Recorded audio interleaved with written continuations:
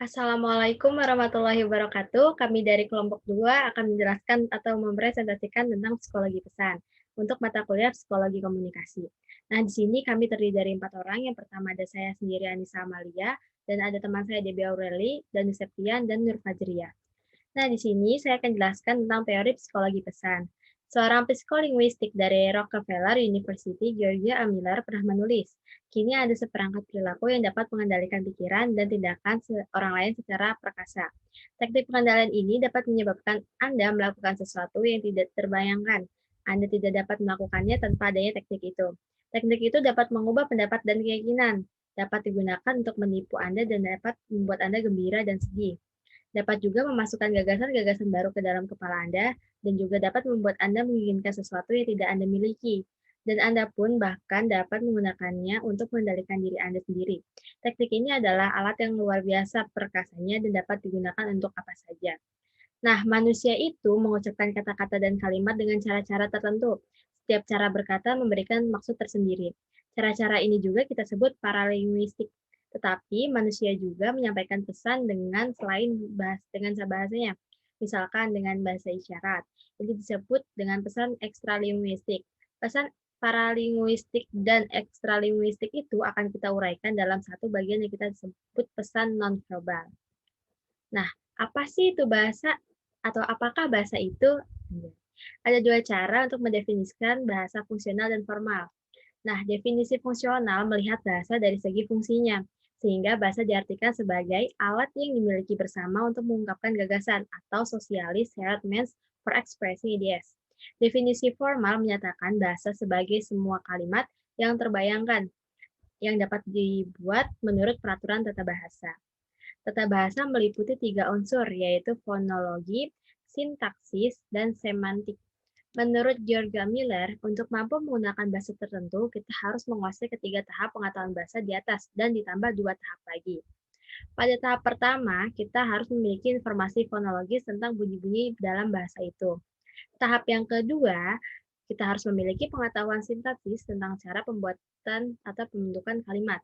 Yang ketiga, kita harus mengetahui secara leksikal arti kata atau gabungan-gabungan kata.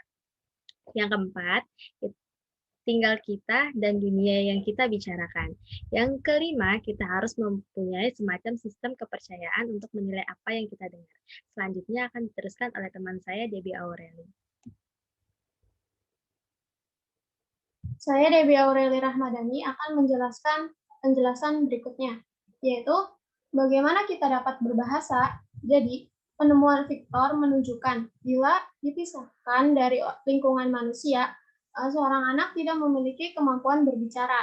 Sebaliknya, kita bisa melihat anak yang dibesarkan dalam masyarakat atau dalam lingkungan manusia, maka pada usia 4 tahun itu sudah bisa berbicara atau berkomunikasi dengan teman-temannya dalam bahasa ibunya.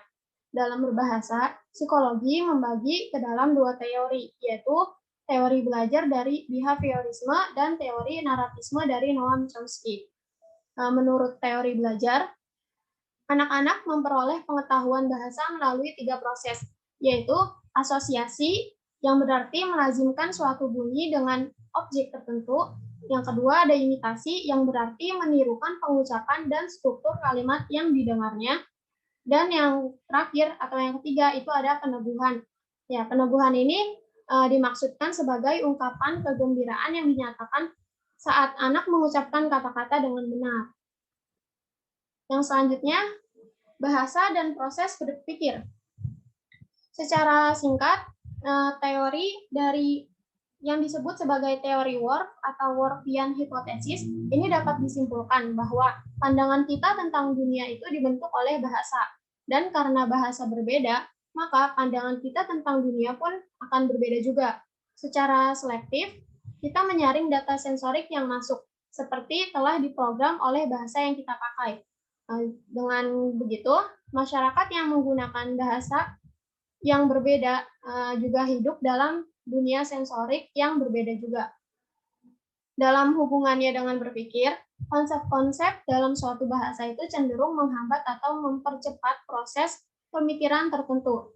Ada bahasa yang dengan mudah dapat dipergunakan untuk memikirkan masalah-masalah filsafat, tetapi Ada juga bahasa yang sulit dipakai bahkan untuk memecahkan masalah-masalah matematika yang sederhana. Bahasa itu adalah alat penyandian, tapi alat yang tidak begitu baik. Kata pengikut General Sematics. General Sematics ini tidak menjelaskan proses penyandian, tetapi ia menunjukkan karakteristik bahasa yang mempersulit proses ini. Peletak dasar teori ini yaitu Alfred Korzybski, seorang pemain pedang, insinyur, spion, pelarian, ahli matematika, psikiater, dan akhirnya menjadi ahli bahasa. Yang selanjutnya ada pesan nonverbal.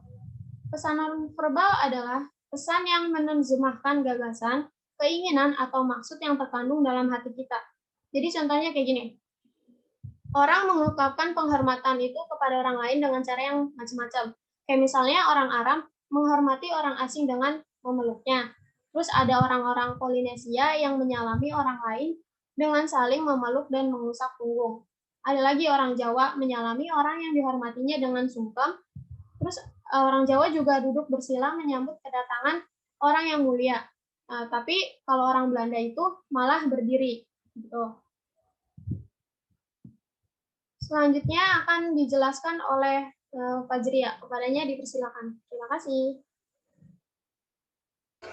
Mengapa pesan nonverbal sangat penting? Delga Litters, penulis Nonverbal Communication System, menyebutkan 6 alasan mengapa pesan nonverbal sangat penting.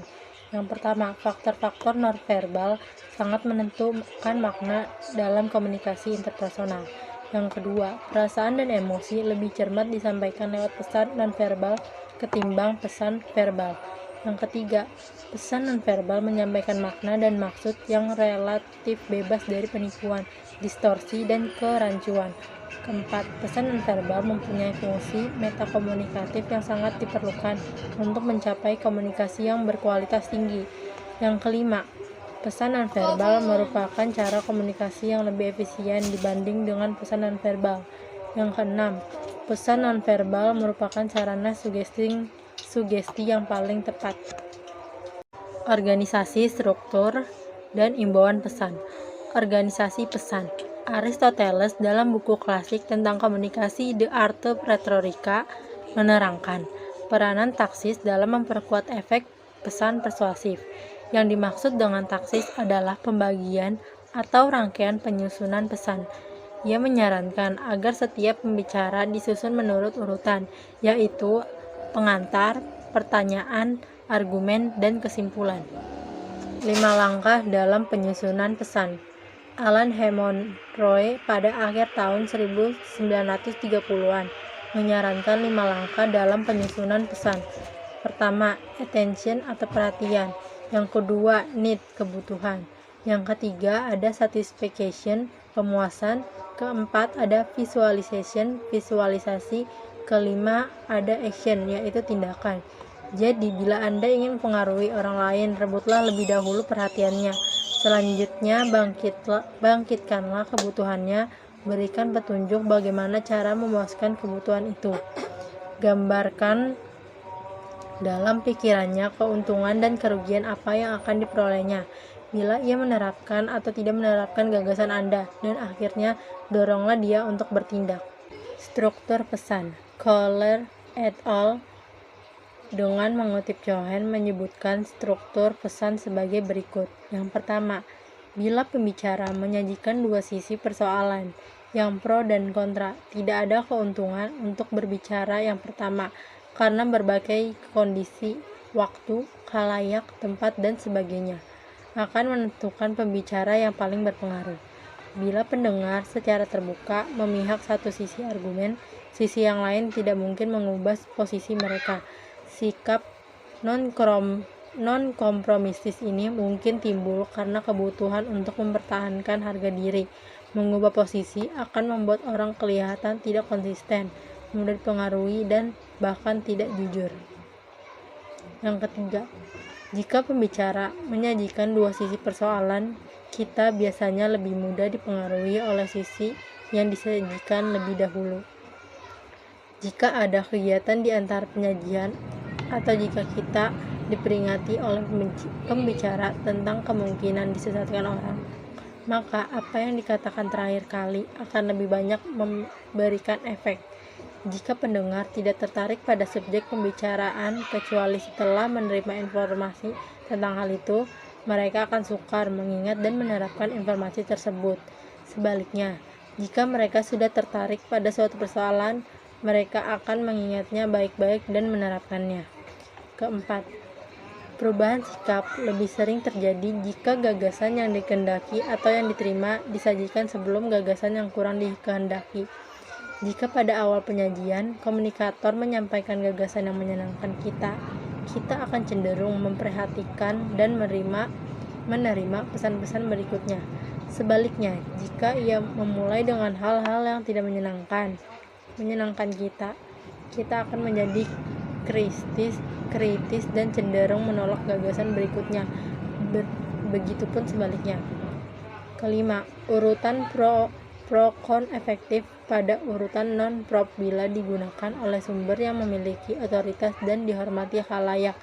Yang terakhir, 6. Argumen. Yang terakhir didengar lebih efektif bila ada jangka waktu cukup lama di antara dua pesan dan pengujian segera terjadi setelah pesan kedua. Baik, saya akan melanjutkan presentasi dari materi sebelumnya, yaitu imbauan pesan. Bila pesan-pesan kita dimaksudkan untuk mempengaruhi orang lain, maka kita harus menyentuh motif yang menggerakkan atau mendorong perilaku komunikatif. Dengan perkataan lain, kita secara psikologis mengimbau khalayak untuk menerima dan melaksanakan gagasan kita. Dalam uraian yang kita terakhir ini, kita akan membicarakan imbauan rasional, imbauan emosional, imbauan takut, imbauan ganjaran, dan imbauan motivasional. Yang pertama ada imbauan rasional. Imbauan rasional ini didasarkan pada anggapan bahwa manusia pada dasarnya makhluk rasional yang baru bereaksi pada imbauan rasional. Bila imbauan rasional tidak ada, menggunakan imbauan rasional artinya meyakinkan orang lain dengan pendekatan logis atau penyajian bukti-bukti. Yang kedua ada imbauan emosional. Imbauan emosional menggunakan persyaratan atau bahasa yang menyentuh emosi komunikator. Yang ketiga ada imbauan takut. Imbauan takut menggunakan pesan yang mencemaskan, mengancam, atau meresahkan. Selanjutnya ada imbauan ganjaran. Imbauan ganjaran menggunakan rujukan yang menjanjikan komunikatif sesuatu yang mereka perlukan atau yang menjanjikan komunikasi sesuatu yang mereka inginkan gitu. Dan yang terakhir ada imbauan motivasional. Imbauan motivasional menggunakan imbauan motif yang menyentuh kondisi intern dalam diri manusia. Selanjutnya ada contoh kehidupan dalam kehidupan sehari-hari. Yang pertama ada anak putus sekolah di Balok Agung, Karangdoro, Tegalsari, Kabupaten Banyuwangi. Yang kedua ada peran psikologi komunikasi dalam mengatasi permasalahan peserta didik. Yang ketiga ada proses komunikasi interpersonal ayah dan anak dalam menjaga hubungan. Dan yang terakhir kesimpulan. Dalam komunikasi interpersonal yang dilakukan secara tatap muka, makna itu dikirim oleh komunikator melalui pesan verbal dan nonverbal. Secara terpisah, pesan verbal lebih sesuai digunakan untuk menyampaikan fakta, ilmu, atau keadaan. Sedangkan pesan nonverbal lebih potensial untuk menyatakan perasaan. Sehubungan dengan itu, untuk meningkatkan kemampuan berkomunikasi, setiap individu perlu meningkatkan keterampilannya dalam menginterpretasi dan mengontrol penggunaan pesan verbal maupun nonverbal. Baik, cukup sekian yang bisa saya sampaikan dan kelompok saya sampaikan. Kurang lebihnya mohon maaf. Wassalamualaikum warahmatullahi wabarakatuh.